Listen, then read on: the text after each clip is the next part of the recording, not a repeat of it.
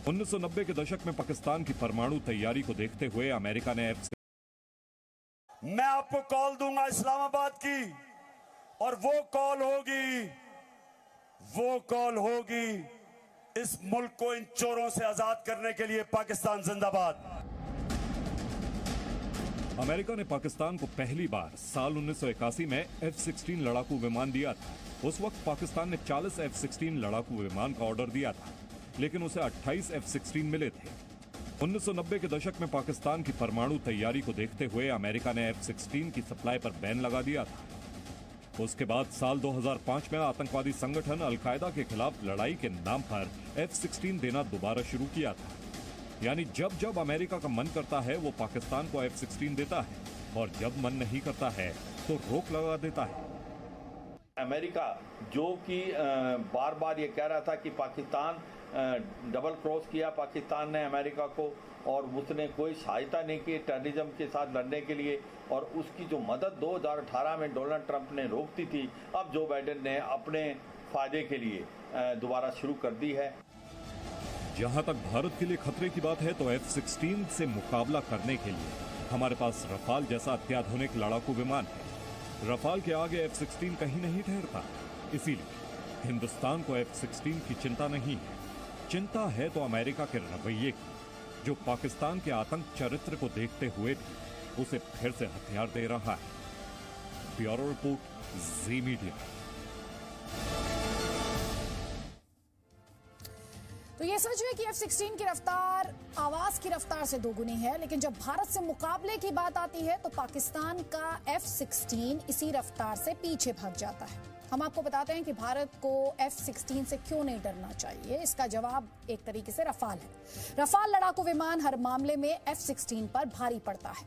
Radar के लिहाज से बात करें तो रफाल 100 किलोमीटर के दायरे में 40 टारगेट का पता लगा सकता है, वहीं F-16 84 किलोमीटर के दायरे में 20 टारगेट का ही पता लगा सकता है।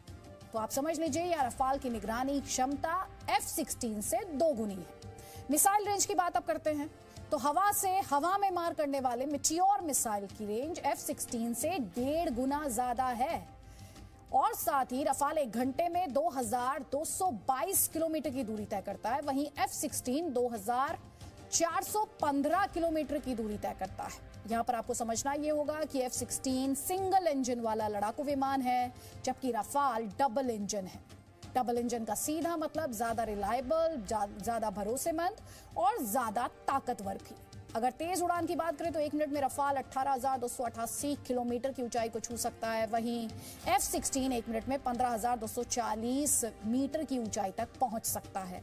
तो यानी इस पैमाने पर भी बात की जाए तो रफाल F-16 पर भारी पड़ता है। ध्यान देने वाली बात यह भी है कि F-16 की पहली उड़ान 1974 में हुई थी, उसमें 70 के दशक की तकनीक है। रफाल की पहली उड़ान की बात करें तो 1986 में, यानी इसमें 80s के दशक की तकनीक। दोनों विमानों में समय समय पर बदलाव हुए हैं, मॉडिफिकेशंस हुए हैं, लेकिन रफाल का पलड़ा ज्यादा भारी है और इसे आप भारत के लिहाज से अच्छी खबर कह सकते हैं। इसमें ऐसी तकनीक है जो 5th जनरेशन के विमानों में पाई जाती है।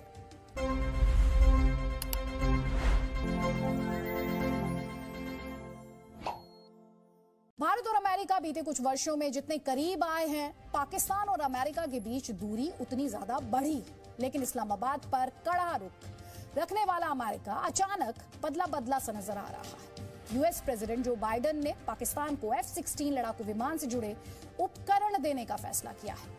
पाकिस्तान के पास इस समय करीब 85 F-16 लड़ाकू विमान हैं।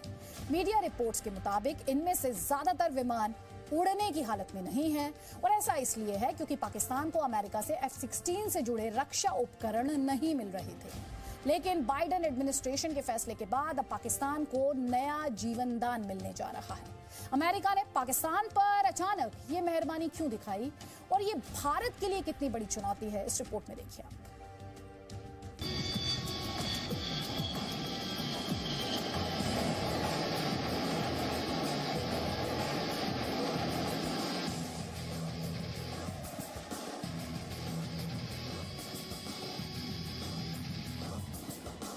ये अमेरिका का F-16 लड़ाकू विमान है।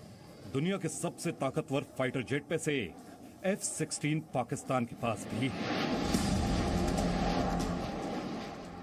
और भारत के लिए खतरे की बात यह है कि अमेरिका ने पाकिस्तान को F-16 से जुड़े उपकरण खरीदने के लिए 35 अरब रुपए के सौदे की मंजूरी दी है।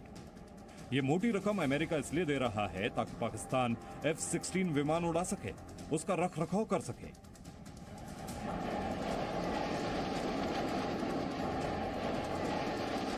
अब सवाल यह है कि जिस अमेरिका को पाकिस्तान खटकने लगा था, वो अचानक उस पर मेहरबान क्यों हुआ?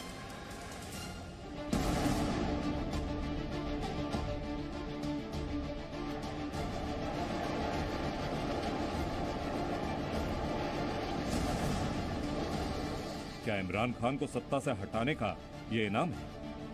हम ये नहीं चाहते कि हम किसी दुनिया के मुल्क से लड़ाई करें।